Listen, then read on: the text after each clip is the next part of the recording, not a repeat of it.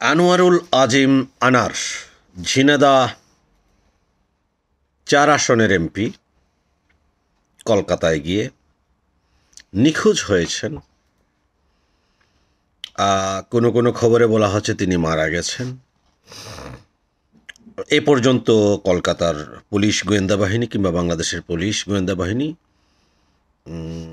একেবারে পরিষ্কার কোনো নিউজ প্রকাশ করেনি বা প্রমাণসহ, এবং যাদেরকে অভিযুক্ত করা হচ্ছে তাদের বিষয়েও বিভিন্ন ধরনের গল্প রয়েছে। প্রকৃত অভিযুক্তকে সেটাও এখন নির্ধারণ করা যায়নি।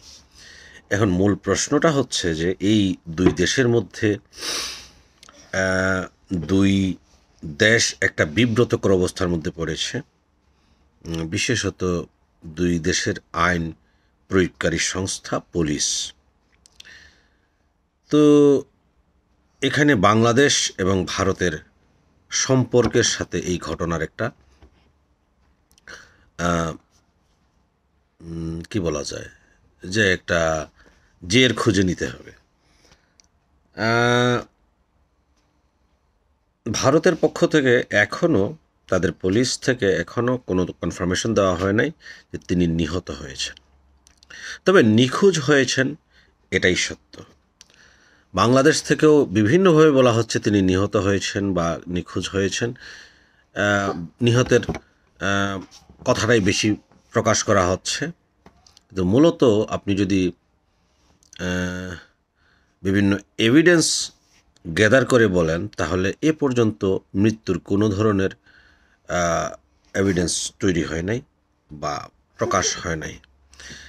একটু যেটা হয়েছে সেটা হচ্ছে যে তার রক্তের দাগ পাওয়া গেছে তার যে ফ্ল্যাটে তিনি মারা গেছেন সেখানে, আর সেই রক্তের সাথে এখন তার ডিএনএর রেফারেন্স ডিএনএ যেটা আছে, তার আগে যেটা বা আগের কোনো জিনিস ব্যবহার করা কোনো জিনিস, চুল, এটা ওটা বের করে নিতে হবে এবং তার সাথে মিলাতে হবে বর্তমান রক্তের সাথে ওই ডিএনএর মিল। তো এটা কিছু সময় যাবে এবং আমি জানি না এর সত্যাসত্য কতটুকু হতে পারে, কারণ এই মুহূর্তে ভারতে নির্বাচন চলছে।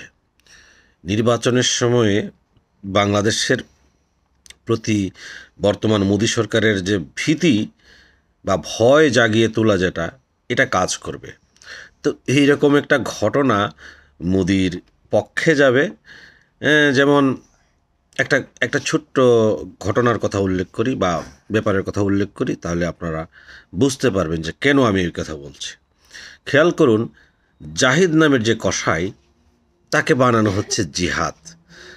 জাহিদ ওরফে জিহাদ, জিহাদ ওরফে জাহিদ, এভাবে বলা হচ্ছে। আসলে তার আসল নামটা কি সেটা তো আমাদের জানা দরকার। তাকে ওরফে ওরফে এইগুলো বলে তো কোনো লাভ নেই। এই জিহাদ নামটা দেওয়া হচ্ছে মূলত জিহাদের সাথে ইসলামের সম্পর্ক আছে, এবং যে জিহাদ নামধারী যে ব্যক্তি সে কী করছে, তার মধ্যে অসম্ভব নিষ্ঠুরতা। সে একটা মানুষের মাথা কেটে টুকরো করে ওইটাকে কাবাব বানিয়েছে। এই যে একটা গল্প তৈরি হচ্ছে পশ্চিমবঙ্গে, বিশেষত ভারতে, এবং এটাকে লুফে নিচ্ছে ভারতের অন্যান্য অংশ, যে এই রকম একটা ব্যক্তি। তো বলা হচ্ছে এই রকম যে বাংলাদেশ থেকে অবৈধ অভিবাসীরা ভারতে এসে এইরকম কাণ্ড কারখানা করছে, এবং তাদের দেশের সমস্ত আজে বাজে কাজ যেগুলো আছে, খুন, ধর্ষণ, নারী পাচার, চোরাচালানি, স্মাগলার, এগুলো সব বাংলাদেশের লোকেরা এই কলকাতায় গিয়ে করে। এটা মানে বাংলাদেশের লোকদের দোষ। আসলে সোনার চোরাচালান কি শুধুমাত্র ওই বাংলাদেশের লোকজন একা করে? এবং সেই সোনার বিশেষ অংশটা তো ভারতেই যায়। তো চোরাচালানটা বাংলাদেশ একা করবে কিভাবে?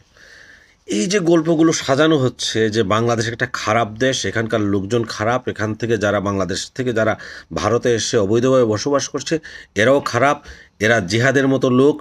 ওর নাম জাহিদ বলবে না, ওরা জিহাদ বলবে। বাংলাদেশেও সেটাকেই বলা হচ্ছে। এটা কি বর্তমান মোদী সরকারকে একটু সুযোগ করে দিচ্ছেন না এই গল্পটার আবহে তার ভোট বাড়ানোর? এটাই তো আমরা করে দিচ্ছি। তো এই যে বিষয়গুলো, ঘটে যাচ্ছে ভারতের সাথে বাংলাদেশের, এতে আমাদের কোনো লাভ হচ্ছে না, বরং ভারতেরও লাভ হচ্ছে না। ভারতের লস যেটা হচ্ছে, তারা গণতন্ত্র থেকে আরও দূরে সরে যাচ্ছে, ট্রান্সপারেন্সি থেকে আরও দূরে সরে যাচ্ছে, একটা ব্যর্থ রাষ্ট্র হিসেবে আস্তে আস্তে প্রকাশ পাচ্ছে। এটা আখেরে তাদের লাভ করবে না। এর একটা বড় দেশ, তাদের মধ্যে ট্রান্সপারেন্সি, তারপরে ইন্টিগ্রিটি, সব কিছু মিলিয়ে একটা স্ট্যান্ডার্ড অবস্থা থাকার দরকার ছিল। সেটার থেকে তারা অনেক দূরে সরে এসছে এবং আমার মনে হয় যে অদূর ভবিষ্যতে আরও দূরে চলে যাবে। ভারত অখণ্ড ভারত থাকবে না, খণ্ড খণ্ড হবে, এটাই নিশ্চিত। কারণ এরকম অবস্থা যখন চলতে থাকে, তখন আঞ্চলিক শক্তিগুলো তাদের নিরাপত্তার জন্য, তাদের সার্বভৌমত্বের জন্য, তাদের অবস্থা ঠিক রাখার জন্য তারা নিজেদের মতো একটা ডিফেন্স তৈরি করে নেয়, এবং যে যত বেশি ভালো ডিফেন্স তৈরি করতে পারবে, সেই অংশটা তত তাড়াতাড়ি মুক্ত হবে এবং আলাদা হয়ে যাওয়ার সম্ভাবনা বেশি। তো ভারতের এই যে নীতি, যেটা যে চাপিয়ে রাখো, অত্যাচার করো, অবিচার করো, অন্যায় করো তাদের উপর, এবং তারা দুর্বল করো তাদেরকে, এবং তাদেরকে শুষে খাও, এটা হয় না। বাংলাদেশের সাথে ভারতের সম্পর্কের সাথে আরেকটা জিনিস জড়িত, যেটা যে বাংলাদেশের কোনো ঘটনা ভারতে যেটা ঘটেছে, সেই ঘটনার পুরো সামারিটা কখনোই বাংলাদেশের পক্ষে থাকবে না, থাকার কথা না। কারণ ভারত আমাদেরকে বাণিজ্যিক বন্ধু হিসেবেই দেখে। তাদের সাথে আমাদের যে খুব পাশাপাশি দেশ হিসেবে সাংস্কৃতিক বন্ধন, এটা ওটা বিভিন্ন দিক থাকে, এই দিক দিয়ে তারা আমাদেরকে বিচার করে না। আর একে তো আমরা মুসলিম প্রধান দেশ, সুতরাং তারা আমাদেরকে ছোটা পাকিস্তান হিসেবেই ধরে নেয় এবং ওইভাবেই তারা আমাদেরকে বিচার করে, বিবেচনা করে। নতুবা জাহিদের নাম জিহাদ রাখবে কেন?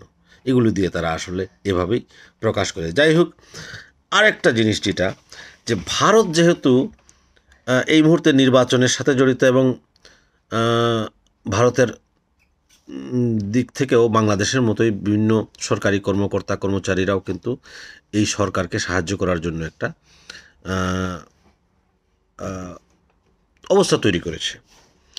তো এই অবস্থায় ভারতের বিভিন্ন প্রশাসন থেকেও আপনি এই মৃত্যুর ব্যাপারে কোনো ধরনের বাংলাদেশের পক্ষে বা আনোয়ারুল আজিমের পক্ষে, অথবা দুই দেশের সম্পর্কের মধ্যে বাংলাদেশের পক্ষে কোনো নিউজ আসবে বা আন্তরিকভাবে তারা এর তদন্ত করবে, এর নিউজ দেবে, এর তথ্য দেবে, এটা আমি বিশ্বাস করি না।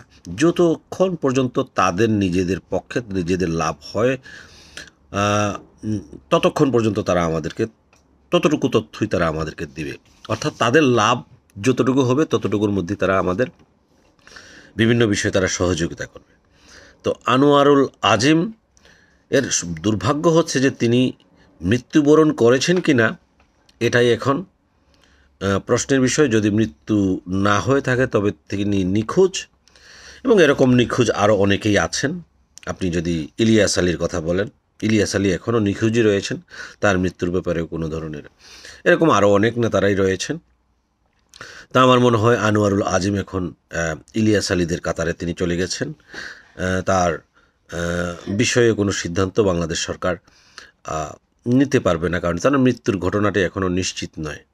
তবে আমি জানি না দু দেশের সম্পর্কের, এটা হয়তো যেহেতু বাংলাদেশের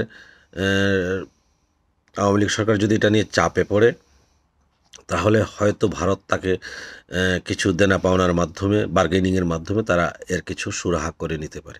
তবে এই ঘটনাটিকে মূলত সাজানো হচ্ছে বর্তমান নির্বাচন, ভারতের নির্বাচনকে কেন্দ্র করে, যেটা মোদির পক্ষে যায়। আর দ্বিতীয়ত হচ্ছে বাংলাদেশ সরকারকে চাপে ফেলা। আর আমার যেটা মূল কথা, সেটা হচ্ছে যে এই ঘটনাটি মোটেও বাংলাদেশের লোকজন দ্বারা হয়নি। এই ঘটনার সাথে ভারতের কেউ না কেউ জড়িত আছেন। আমার মনে হয় যে তার বন্ধু যার বাড়িতে তিনি উঠেছিলেন তাকে জিজ্ঞাসাবাদ করা উচিত। এবং আমার সন্দেহ, কেন জানি, যে ওই ব্যক্তি অনেক তথ্য জেনে থাকতে পারেন, তার কাছ থেকে আরও কিছু তথ্য তারা নিতে পারেন। আইনের আওতায় তাকেও নিয়ে আনা উচিত। তার নাম কি, গোপাল নাকি? তিনি যেহেতু সবসময় সেখানে যান, তার কাছে আরও হিস্ট্রি থাকতে পারে, আরও ইনফরমেশন থাকতে পারে, এবং সেগুলো নেওয়া উচিত। এবং এমনও হতে পারে যে তিনিও সেটার সাথে জড়িত হতে পারেন। আরেকটা বিষয়, যেহেতু তিনি সোনা চোরাচালানের সাথে জড়িত, তো সোনা চোরাচালান যেগুলো হয় সেগুলো তো আর সাথে সাথে পেমেন্ট এগুলোর মাধ্যমে হয় না। অনেক সময় এগুলো একজনের হাত থেকে আরেকজনের হাতে যায়, টাকা পয়সা গড়িয়ে গড়িয়ে আসে। হয়তো আপনি সোনা পাস করেছেন কিন্তু টাকা পয়সার লেনদেনটা তখনও হয়নি। এমনও হতে পারে যে এই ব্যক্তি হয়তো সোনা চোরাচালানটা এমন পর্যায়ে গেছে যে তিনি সব পাচার করে ফেলেছেন কিন্তু টাকা পয়সা এখনও হাতে আসে নাই। কিন্তু এই টাকা পয়সাটা দিবে কি না, ওই পক্ষ যদি মনে করে যে না একে আর দেবো না, ওকে এখানে নিয়ে আসি মেরে ফেলবো, তা আমার তো ইন্ডিয়ান পক্ষ তাকে মেরেও ফেলতে পারে এবং দোষটা এখন বাংলাদেশের বিভিন্ন ব্যক্তিবর্গের উপর দিয়ে দিতে পারে। এদেরকে তারা এই ঘটনার টুল হিসেবে ব্যবহার করতে পারে। তো এই জিনিসটা মোটেও স্বাভাবিক না, সহজ না। আমার মনে হয় যে এটাকে আরেকটু বড় আসপেক্টে দেখা উচিত, রাজনৈতিক দৃষ্টিকোণ থেকে দেখা উচিত, বিশেষত মোদির রাজনীতির সাথে সংশ্লেষ করে দেখা উচিত। আর যেহেতু কলকাতাতে বা পশ্চিমবঙ্গে মমতার একটা প্রভাব আছে, মমতার প্রভাবকে নষ্ট করার জন্য মমতা যেহেতু বাংলাদেশের সাথে বাংলাদেশের সাথে তার সম্পর্ক আছে এরকম একটা জিনিস প্রকাশ করা হয়, যদিও সেটা না তিনি প্রকাশ করা হয়, এবং সেই গল্পের মাধ্যমে পশ্চিমবঙ্গবাসীকে একটা ধারণা দেওয়া যে বাংলাদেশের লোকজন হচ্ছে এরকম, এরা কসাই, এরা অবৈধভাবে ভারতে আসে, এরা মানুষকে মেরে কাবাব বানিয়ে ফেলে দিতে পারে কোনো এরকম, এবং এরা সোনা চোরাচালানের সাথে জড়িত, এদের এমপি জড়িত, এই মানুষগুলোকে এরকম একটা গল্পের মধ্যে ফেলে দেওয়া। তা আমার মনে হয় যে যারা এই আনোয়ারুল আজিমের বিষয়গুলোকে নিয়ে খুব সাদামাটাভাবে বিবেচনা করছেন যে এটা একটা সাধারণ মৃত্যু, আমি মনে হয় যে না, এই মৃত্যুটা অনেকগুলো সুবিধার জন্ম দেয়, অনেকগুলো সন্দেহের জন্ম দেয় এবং অনেকগুলো সম্পর্কের সূচনা এবং ইতি ঘটাতে পারে। বাংলাদেশ ভারত সম্পর্ককে নতুনভাবে শেপ করতে পারে এই ঘটনা, এভাবে দেখতে পারেন। আমার আলোচনার বিষয়গুলো এগুলোই ছিল। আপনাদের কোনো বিষয় থাকলে আপনারা বলতে পারেন। তবে আমি মনে করি যে এই আনোয়ারুল আজিম যিনি মারা গেছেন, তার মৃত্যুটা নিষ্ঠুরভাবে হয়েছে এবং সেই নিষ্ঠুরতা তিনিও চালিয়েছেন তার এলাকায় বিভিন্নভাবে আমরা যেটা খবর পাই, এবং তিনি যেসব কাজে জড়িত তার কোনোটাই ভালো না। তিনি মেয়েদের সাথে অবৈধ মেলামেশা করেন, সেটার একটা চিত্র যেটা আমরা পেলাম। তিনি সোনা চোরাচালান করেন এবং তিনি অত্যন্ত আগ্রাসী নিষ্ঠুর একজন মানুষ এলাকায়, এবং এই যে কতগুলো বিষয় যেগুলো আছে তার কোনোটাই আমাদের সমাজ এবং রাষ্ট্র ব্যবস্থার মধ্যে পড়ে না, ন্যায়সঙ্গতভাবে এটা আসে না। আমরা এরকম ব্যক্তির হাত থেকে মুক্তি পেতে চাই। নিশ্চয়ই ভবিষ্যতে আমরা একটা সুন্দর বাংলাদেশ দেখতে পাবো। তবে যার যেটা সেটা বলা উচিত। আমার মনে হয় যে আনোয়ারুল আজিম সম্পর্কে আমি যেটুকু আমি বলেছি, আপনারা হয়তো অনেকেই একমত নাও হতে পারেন, না হওয়ার কারণ থাকতে পারে, তবে আমি এটুকু বলবই। আল্লাহ হাফিজ, সবাই ভালো থাকবেন।